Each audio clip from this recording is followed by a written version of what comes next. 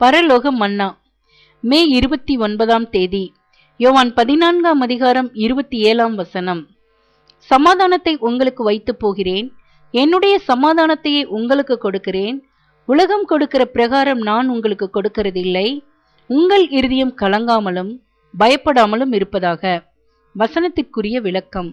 எவ்வளவாக நாம் உலகத்தையும் மாம்ச இச்சைகளையும் சாத்தானையும் ஜெயம் கொள்ளுகிறோமோ அவ்வளவுக்கு அதிகமாக பரலோகத்தில் உள்ள நம் பிதாவின் சித்தத்தை நிறைவேற்றுவர்களாய் இருப்போம்.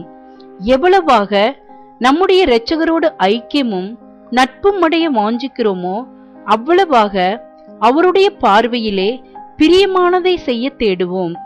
இவ்விதம் ஜீவிக்கும் போது மனுஷன் தரக்கூடாததும் எடுத்துக்கொள்ள கூடாதுமான மகிழ்ச்சியையும் சமாதானத்தையும் அதிகமாய் பெற்றுக்கொள்கிறோம்.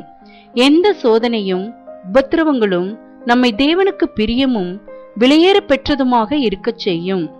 நீங்கள் இப்பொழுது துக்கம் அடைந்திருக்கிறீர்கள், நான் மறுபடியும் உங்களை காண்பேன், அப்பொழுது உங்கள் இருதயம் சந்தோஷப்படும். உங்கள் சந்தோஷத்தை ஒருவனும் உங்களிடத்திலிருந்து எடுத்து போட மாட்டான். ஆமென்.